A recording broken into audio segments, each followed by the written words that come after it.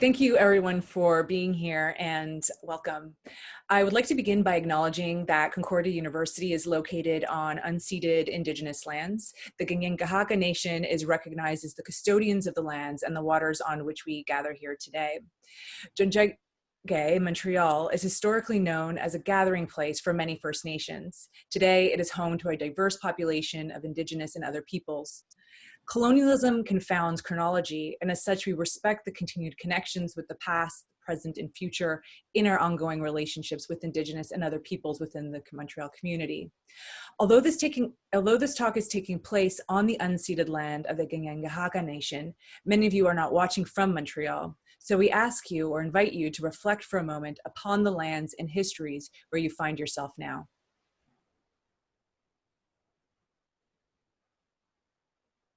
Thank you. My name is Tristana Martin-Rubio, and I am the coordinator of Engage at Concordia Center for Research on Aging. I'm going to be the moderator of this afternoon's event. Engage is one of the newest research centers on aging in Canada, and it's committed to research on aging that is innovative, interdisciplinary, and collaborative. If you're interested in staying in touch or in staying up to date with some of the activities and events that are hosted by the center, I invite you to join our newsletter or to follow us on Twitter at engage_CU. So welcome. We are extremely fortunate to have Dr. Laurel Young here with us today. Dr. Laurel Young has over 25 years of diverse experience in music therapy, practice, education, research, and advocacy. She's the coordinator of the music therapy graduate program and associate professor at Concordia University. She also serves as the associate director of Engage and is a member of the Engage Living Lab Digital Era Response, or ELDER, which is an FQRSC-backed project aimed at combating social isolation among older people in Montreal. This afternoon, Dr. Young will present a talk entitled Challenging Assumptions About Aging, Dementia, and How Music Helps. On behalf of Engage and the Elder Project, who's co-sponsoring this event, I would like to pass the virtual floor to our speaker, Dr. Young. Thank you so much, Tristana. I'm so pleased and happy to be here today. So I'm just going to take a moment to share my screen.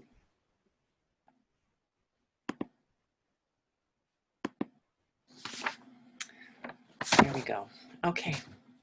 So thanks so much for coming today, everybody, and also for those of you who are watching the recorded version of this talk. Aging and dementia care has been a significant part of my music therapy practice and research over the past 25 plus years. Over the last 6 years, I've given approximately 23 lectures in various contexts where I focused on broadening existing perspectives on why music should be considered as an integral part of dementia care. And I've advocated for music therapists to assume leadership and professional consultation roles in relation to a broad scope of music practices in dementia care.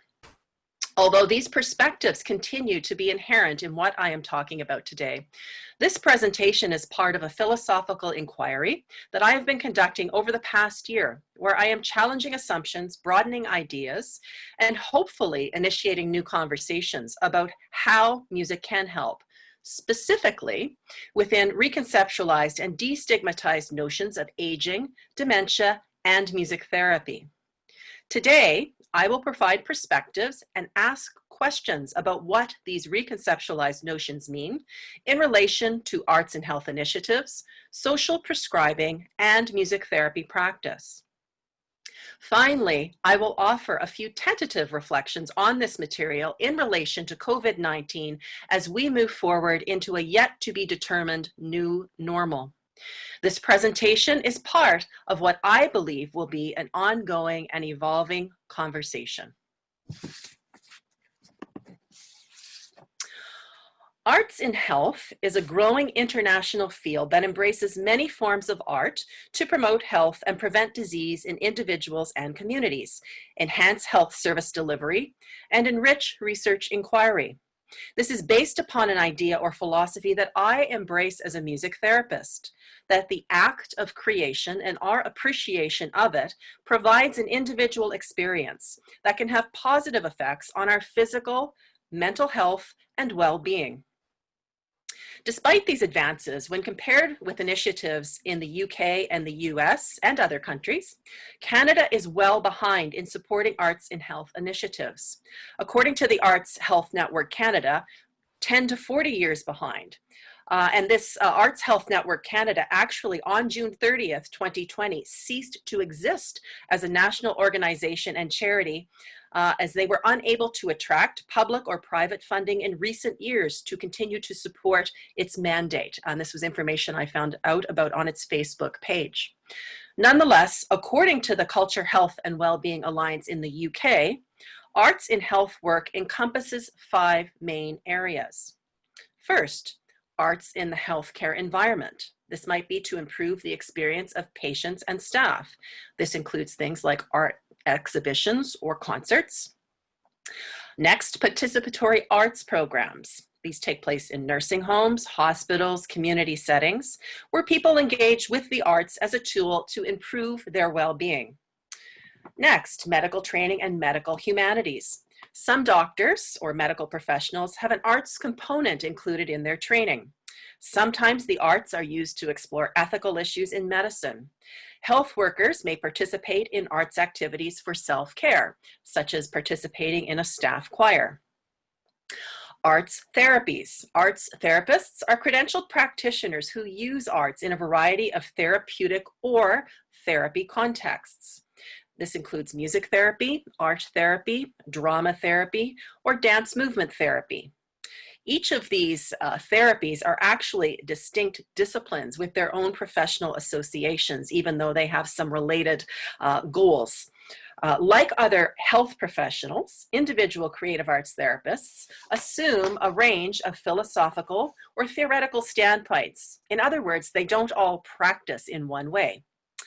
And finally, arts on prescription. These are schemes or structures wherein referrals are made, usually by medical professionals, to arts and creative activities, usually for people experiencing mental health challenges and social isolation. Before talking more about arts on prescription, also known as social prescribing, I'd like to quickly define the terms health and well-being in relation to arts in health initiatives. So way back in 1948, the World Health Organization defined health as a state of complete physical, mental, and social well-being, not merely the absence of disease or infirmity. This definition has been expanded as part of WHO's Health 2020 strategy. Here, good health for communities is considered as a resource and capacity that can contribute to achieving strong, dynamic, and creative societies.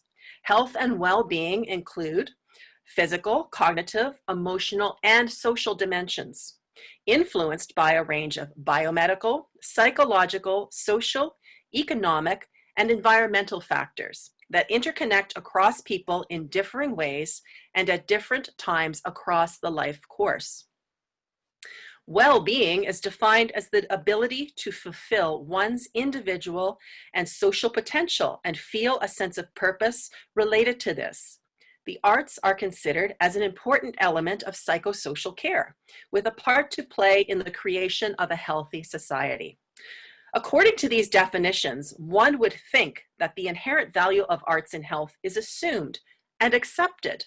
The idea that individuals can develop personal resources via creative engagement, which in turn promote health and well-being within diverse individual and community contexts.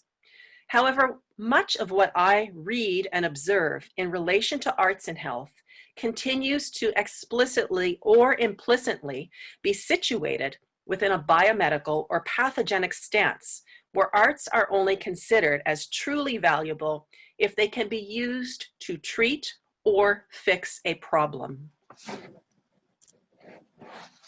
And that brings us back to the concept of social prescribing, defined as the practice of referring individuals to social, mostly arts-oriented activities.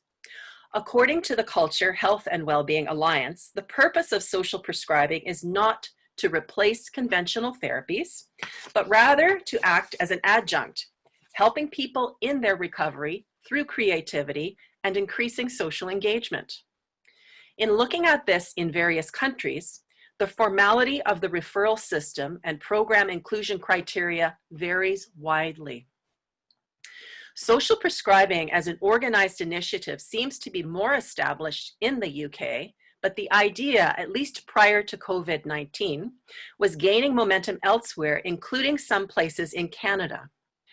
I am not completely against the idea, but I do have concerns and questions about how it is being promoted and sold. Is this about better utilizing what the arts have to offer?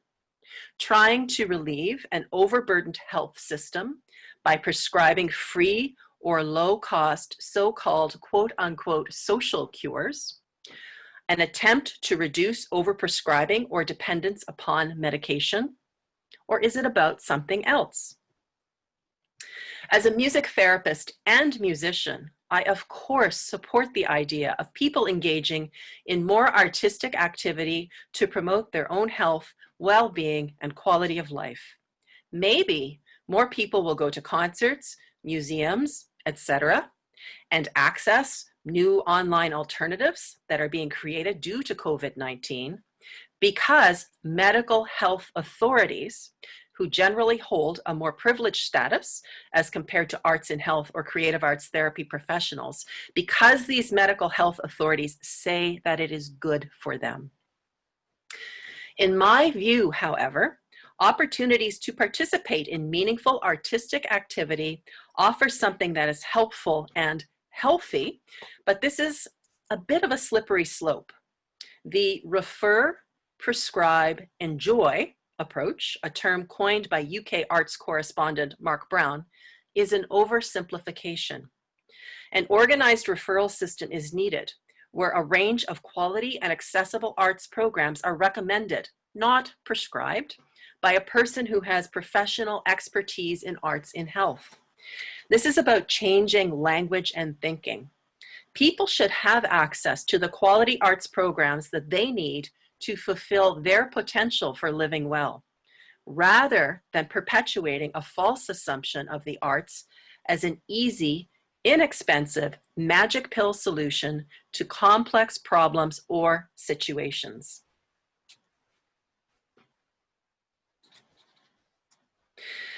Let's move now from the broader perspective of arts and health to focus specifically on music, health, and well-being. This is not a new idea. Health benefits of music have been documented in artistic, medical, and philosophical treatises since 4000 BC. Music therapy began to emerge as an organized profession in the early 20th century. The first professional association, the NAMT, was founded in the United States in 1950, and our professional association, the Canadian Association of Music Therapists, was founded in Canada a bit later in 1974, although practice had been occurring prior to that time. The World Federation of Music Therapy actually has 8 regions, which involves around 36 plus countries. And currently, according to Dr. Kenneth Bruscia, there are over 100 documented definitions of music therapy. Now, this is possibly due to different healthcare systems, different ways of defining health or well-being, and different perspectives on how the role of arts or music is perceived in particular cultures or societies. In presenting in Canada and internationally, I have come across some assumptions about music therapy that have led to quite a bit of public confusion. For example, music therapy is not a collection of techniques that people can learn by signing up for a continuing education course or by reading a book. Also, music therapy and music medicine are related but distinct disciplines. Music medicine involves the use of music, usually audio recordings, by medical professionals or researchers to reduce stress in a treatment context while optimizing physiological functioning, for example, heart rate, blood pressure, respiratory rate, etc. A music medicine initiative, for example, might involve offering someone a personal music listening device that contains specially designed music programs for relaxation that one can listen to when undergoing a medical procedure. On the other hand, music therapy involves engaging people in music experiences, mostly live, often interactive, within the context of a professional helping relationship with a certified music therapist, which is called a music therapist accredited, or MTA, in Canada. The word therapy appears to lead to some incorrect assumptions about what it is that music therapists do. In fact, music therapists practice within a range of different philosophical orientations, and many do not ascribe to traditional medicalized or pathologized notions of treatment or therapy. It is important to note, however, that music health and well-being practices are not limited to music therapists. As music therapy scholar, Dr. Gary Anstill says, there are a broad spectrum of people who work musically with people. These include credentialed music therapy professionals with a defined scope of practice. As I mentioned, this may differ across countries or among countries. Health professionals who incorporate music into their practice, such as people who use music medicine. Professional and amateur performing musicians, including those referred to as community musicians. And all of these are involved in a broad spectrum of formal or informal music health and well-being initiatives. Music and health research occurs within many different disciplines, but collaboration among these disciplines is limited. And knowledge translation, in other words, the application of research findings to practice, is also limited. And specifically, as I am about to discuss, in both aging and dementia care contexts. There is a growing body of research examining how various kinds of music participation, for example, group singing, concert attendance, music lessons, etc., may contribute to older adults' health and well-being. For example, positive impacts on mood, motivation, creating a sense of community, feelings of connections with others, etc. However, a disconnect between research and practice should be noted here, as music groups put together specifically for research purposes often do not result in continued programming in spite of positive research results, as there is limited funding to support such programs. Perhaps issues of social isolation that have been exposed by COVID-19 will change this.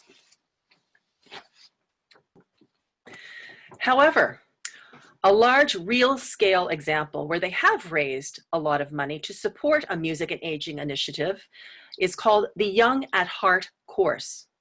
I'd like to paraphrase from their website. What started out in 1982 as an elderly housing project in the US as a way to joyfully pass the time instead of passing before your time, developed into the stereotype-defying, generation-crossing musical extravaganza, better known as the Young at Heart course. This group of seniors, ranging in age from 75 to 92, have done over 55 tours all over the world, proving that it's quote unquote possible to grow old without growing boring. This initiative does address some negative stereotypes about aging, and participants look like they are having a great time as they perform rock, heavy metal, and other kinds of music that one would not typically identify as seniors music or golden oldies. What does bother me a bit about this example, and is also implied by some of the aforementioned research, is that to an extent, music is being viewed as a way to combat aging. In other words, treating aging like a disease to be avoided, rather than promoting the idea that all older lives matter and that all older adults have a right to access music experiences that will meet their needs according to evolving circumstances as they age. Also, there is a tendency toward homogenization of older adults, where intersecting issues pertaining to ethnicity, race, class, gender, sexual orientation, disability, socioeconomic status, etc., are not considered. In general, one could say that there is a lack of access to a broad spectrum of quality music experiences that will meet the evolving health and well-being needs of a diverse population of older adults as they age in context. We don't have time today to get into the many reasons for lack of accessibility, although I'm sure you can easily think of some. Ironically, some of these accessibility issues may be addressed due to an increase in online music opportunities that have emerged as a result of COVID-19. However, online music experiences will not meet the diverse needs of all older adults and are also not universally accessible or desirable. Up to this point in the presentation, I have critiqued medicalized notions of social prescribing, which, when applied to homogenized stereotypes of aging, is antithetical to a more holistic, resource-oriented approach to music, health, and well-being for older adults. I would now like to focus specifically on how some commonly held assumptions related to dementia care and how music helps may be constructively challenged and reconceptualized.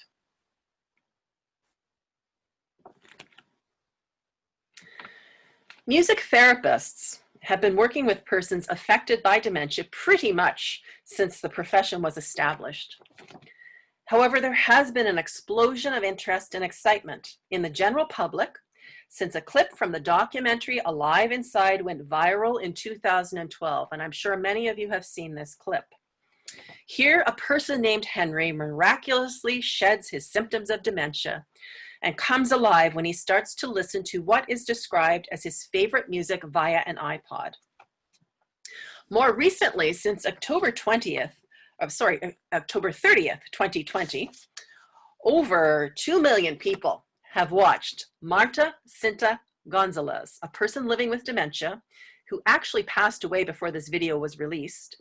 And in this video, she reprises her role as a ballerina in Swan Lake from a wheelchair in a care home where she lived in Spain.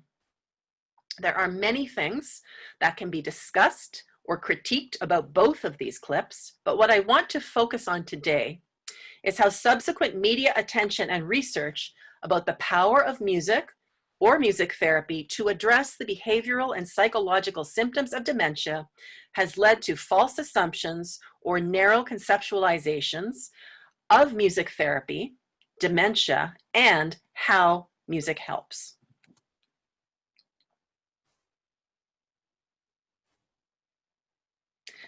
Let's start with 3 related assumptions.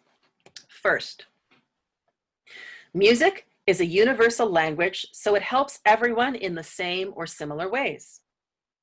Second, music cannot be harmful or invasive. And finally, for persons living with dementia, familiar music is best. This helps them to stay connected with their sense of identity via past memories of who they were.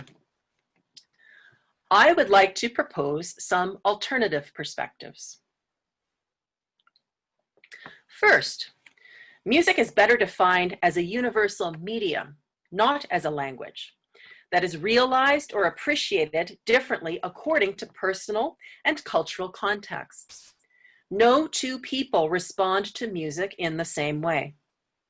Although studies that examine how music interacts with the brain are very interesting and important, neuroscientists, such as Dr. Daniel Levitin, who wrote This Is Your Brain on Music, he has indicated that results of these types of studies must be interpreted with caution because music is subjective and it is difficult to tease out how people's musical backgrounds and experiences affect their neurological responses to music.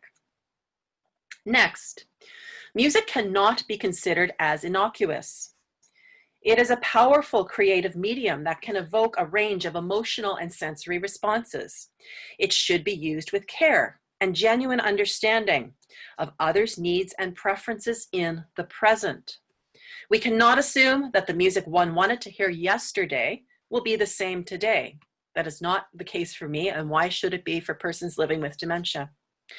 In addition to evoking feelings of pleasure, relaxation, comfort, etc., There is also evidence indicating that music can irritate, evoke feelings of sadness, loneliness, anxiety, or elicit involuntary responses. One's ability to control the sound source is key. Inability to control the sound source is one way in which music has been used as a tool of psychological warfare or torture. If music is irritating someone or evoking unwanted feelings, they need to be able to turn it off or change it. Otherwise, they are trapped. Well-meaning people sometimes use music in unhelpful ways for persons living with dementia. I personally have witnessed Christmas carols or Christian hymns being sung to persons who were not of the Christian faith. I have seen relaxation music playing on a continuous loop for someone who did not appear to be conscious. I have seen people in wheelchairs being brought into music entertainment programs who become overstimulated or agitated because it was not meeting their needs in that moment. Music that you perceive as relaxing, happy, or sad may be experienced differently by others. Sometimes people prefer silence. Persons living with dementia may have hearing impairments that are undiagnosed. This can distort the way that music is processed or heard. Not imposing our own beliefs or assumptions about music onto others is especially important to consider with persons who cannot clearly communicate their beliefs, preferences, or needs. The next alternative perspective. Some familiar music may be preferred by persons living with dementia, but not all familiar music is preferred music. Many of us would recognize or respond to certain commercial jingles or TV show themes, but these are just musical memories stored in our brain. It's not something we choose to listen to for pleasure. Sometimes preferred music may evoke complex emotions, which is fine, but a person living with dementia might then need support when expressing these emotions. Some persons with frontotemporal lobe dementia experience changes in their music preferences. This has been shown in 3 research articles that I have found. Some persons, although past music preferences may be important for many persons living with dementia because it may help to facilitate constructive connections with their sense of self, unfamiliar, improvised music may facilitate meaningful here and now connections. And now I'm going to take a break from the PowerPoint and ask Tristana to show a clip from the Nordoff-Robbins Music Therapy Program in the UK, where we are watching a person living with dementia engage meaningful in improvised music in a here and now relational experience. So I'm going to stop my share and ask Tristana if she could please share that clip.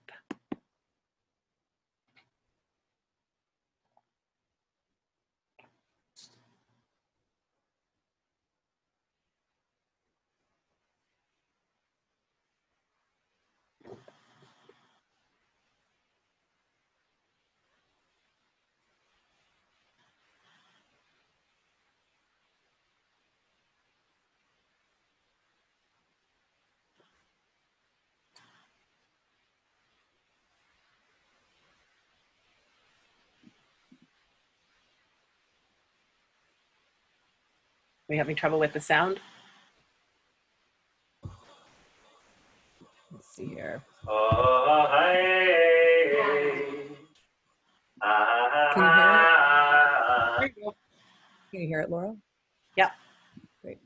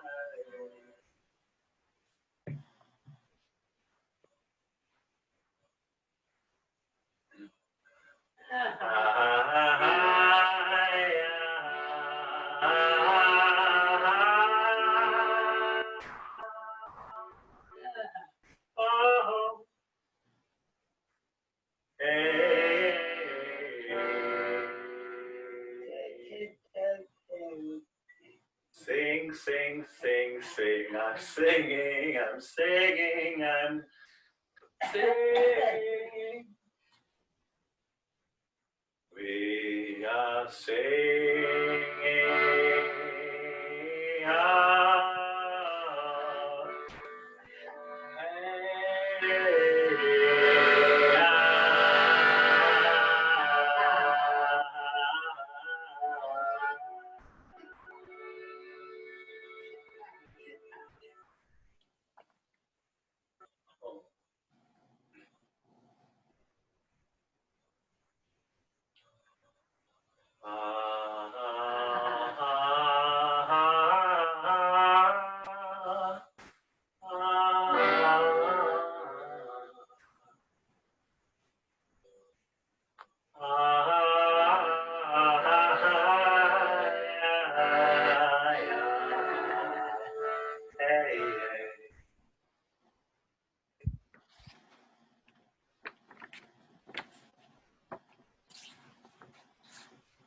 So in that example, we can see how Kath, the person living with dementia, is engaging in relationship with the music therapist via a music experience that is unfolding in present time. Here she can express herself and feel accepted and heard for who she is now, and not just for who she once was. So I'm going to go back to sharing my screen and go back to the PowerPoint.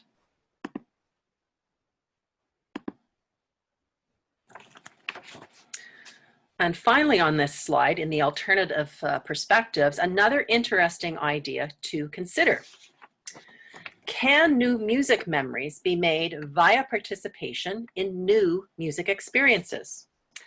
Case studies do show that new musical learning can occur in both musicians and non-musicians who are living with dementia. And this is because the music functions of the brain are often unaffected by most dementias. I once worked with a woman who had Pick's disease, which is a type of frontal temporal lobe dementia. She was not a musician, and she learned to sing and retain over time an original song that I wrote for her, even though she was unable to carry on a conversation. Music therapist Dr. Connie Tomeno, who is also the executive director of the Institute for Music and Neurologic Function in New York City, wrote about seeing country music artist Glenn Campbell, who was living with early stage dementia at the time, perform in concerts twice over a 6-month period. So she saw him at a concert at the beginning of a 6-month period and at the end.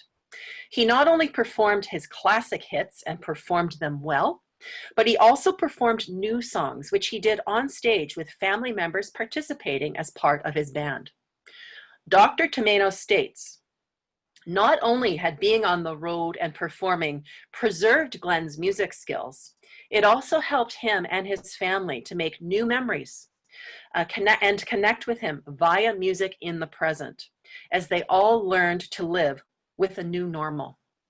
There is much potential for further development of this idea in dementia care. And now moving on to another assumption.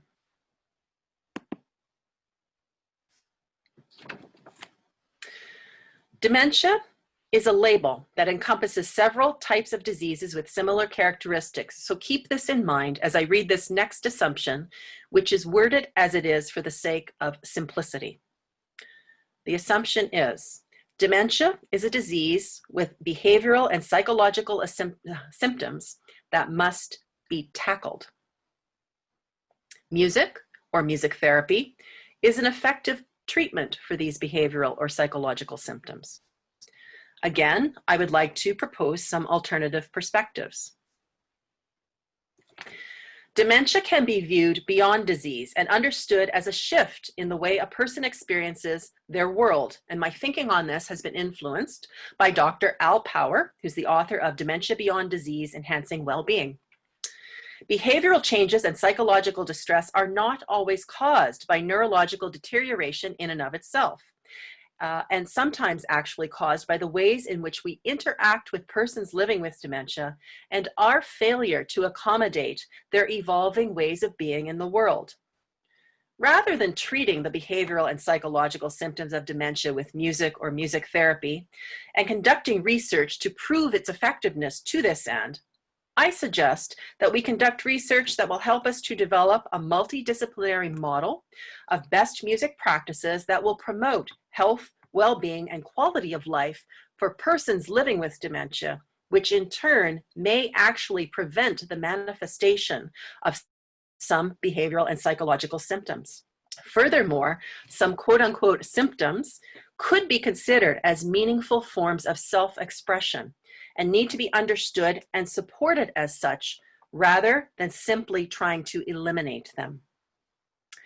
There are several studies that examine the use of music or music therapy to treat the behavioral and psychological symptoms of dementia. And although some of these studies do provide some useful information, overall, the results are less than spectacular, which I suspect is due, at least in part, to how we as a society view dementia. Something that needs to be tackled, and in this case, with music. Furthermore, there are multiple examples where the results of these studies turn into magic pill media stories that feed into our confirmation bias, because we want to believe in something cheap and accessible, and something as simple as music could be a magic pill solution to help treat symptoms of dementia. In 2017, a study was published in the American Journal of Geriatric Psychiatry entitled, "Individualized Music Program is Associated with Improved Outcomes for U.S. Nursing Home Residents with Dementia." Related media releases read, "Personal music playlists may reduce medication use for dementia." Although the data showed some possible trends, no statistically significant results were actually found, even though there were 12,000 participants in each of the control group and the treatment group. On reading the actual study, I discovered that we do not know if the 12,000 participants in the treatment group actually received the treatment. In other words, the researchers themselves did not know if the individuals in the treatment group actually participated in the music listening program. They just lived in facilities that offered a music and memory program, whereas those in the control group did not live in a facility that offered a music and memory program. Therefore, the results, as weak as they are, actually indicate nothing. Another example, in 2018, a media article about a study conducted at the University of Colorado Hospital was entitled, "Neurological Music Therapy Helps Shine Light in the Dark Space of the Mind." They were examining the use of neurological music therapy, a particular approach, to slow the progression of dementia. From the title, it seems as if they found some compelling evidence. Reading further, however, you will find that half of the participants withdrew from the study, and for those that remained, they did not find any evidence that music slowed the progression of their dementia. However, persons living with dementia and their family caregivers, the remaining study participants, expressed subjective improvements in their quality of life via their music participation, and some were inspired to incorporate more music into their daily lives. Particularly, shared music experiences, such as listening to old records together. So the researchers found answers to qualitative research questions that they actually didn't ask. That music may be very important for many people living with dementia, as it can provide a bridge via which they can sustain or even develop constructive relationships in the present with themselves, with others, such as caregivers or loved ones, with their environments, and with music itself. I am not saying that dementia is without challenges or that anyone would choose to have dementia. However, in order to help persons living with dementia, we need to try and understand what they are experiencing, how they are evolving, and understand the various ways in which music or music therapy can help them and their caregivers and loved ones to reach their full potential for living well until a cure is found. Moving away from the feelings of hopelessness that are associated with what is labeled as a fatal disease toward feelings of hopefulness, where changing abilities are supported as the future unfolds.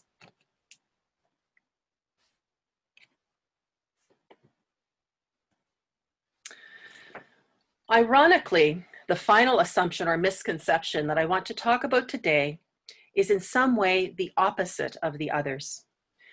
Rather than assuming the value of music therapy as a treatment for the behavioral and psychological symptoms of dementia, it is assumed that music therapy is always conceptualized within a medical treatment model, and that this not only inappropriately pathologizes persons living with dementia, but that it also takes the joy out of engaging in music for music's sake. I think that this assumption is not completely unjustified, given our attempts in music therapy to try and fit into a typical evidence-based medicine model, as often demanded by the long-term care facilities where we work. And I really do think that this way of approaching things needs to be re-examined. And given all the research that has been done and media coverage on the use of music or music therapy, often inappropriately labeled as such, to treat the behavioral and psychological symptoms of dementia as previously discussed. However, I and many other music therapists do not work in this way. I have encountered this assumption in 3 different types of contexts. First, in long-term care facilities or day programs where I have worked. The word therapy is confusing for some of the other health professionals and their families. I should have put this on before. There we go. However, I found once I was able to work musically with people, this assumption went away. Second, I have engaged in discussions and attended scholarly presentations where creative arts therapies have been critiqued pretty much exactly as I've stated in the first point of this slide, or it is assumed that engaging in music or relationships via music is not the ultimate point of music therapy. Here is an example.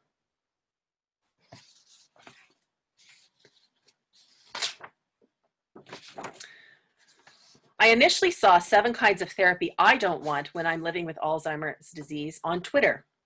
It subsequently got published on an online advocacy platform, changingage.org, on March 26, 2019. It was written by Susan Macaulay, a dementia care advocate who was also a caregiver for her own mother who had dementia.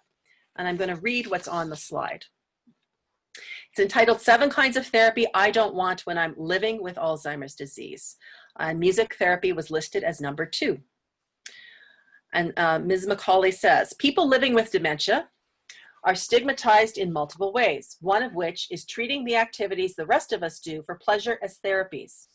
My view is that we need to ditch the word therapy and provide activities that engage, activate, and enhance life as an integral part of care. They say music is the universal language. It connects people, speaks to them in special ways, and touches them at their core. I experienced its powerful effects firsthand with Mom. Through music, I learned many things and found much joy. While I think I will love to continue to experience music in many forms when I live with dementia, I don't see why enjoying music should be described as quote unquote therapy simply because my brain is changing.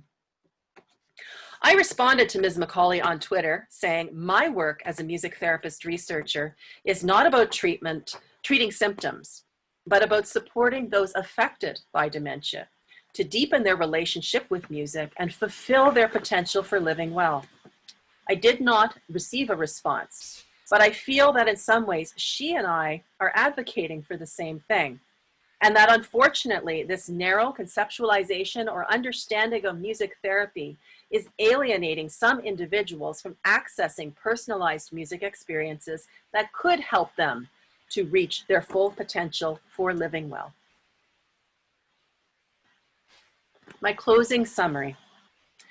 Increasingly, music is being recognized as a health resource, but its conceptualization as a treatment is often not helpful. We need to rethink research practices and language that frame music or music therapy exclusively as a treatment or as a low-cost magic pill solution. I am not trying to have an argument about differences in philosophical orientations. I am concerned that a diverse population of aging adults and persons affected by dementia are not getting access to the types of music experiences that they need to reach their full potential for living well in context and as their life situations evolve, for the reasons that we touched upon in this talk and maybe more. Accordingly, we need to rethink research, practices, and language that place older adults and persons living with dementia within homogenized and problem-oriented frameworks. A multidisciplinary model or guiding principles pertaining to best music practices in aging and dementia care could help to ensure that more persons would have access to a broader range of quality music services, including various types of music therapy, depending upon what each situation calls for. Music therapists can, and in my opinion should, assume roles as professional leaders or consultants within this multidisciplinary, resource-oriented, not treatment-oriented model. This is especially important now as music therapy and other important music and health practices will most certainly evolve because of COVID-19. It's already started. People are contacting me and my colleagues looking for a magic pill music solution and tech solutions. And as I've spoken about, this really isn't the answer. And this gives us an opportunity to actually do this right. Music therapists and other arts and health stakeholders need to be at the table, engaging in these discussions as we all have a lot to offer. We need to be working better together. Thank you very much for your time and attention, and I look forward to ongoing dialogue on these matters.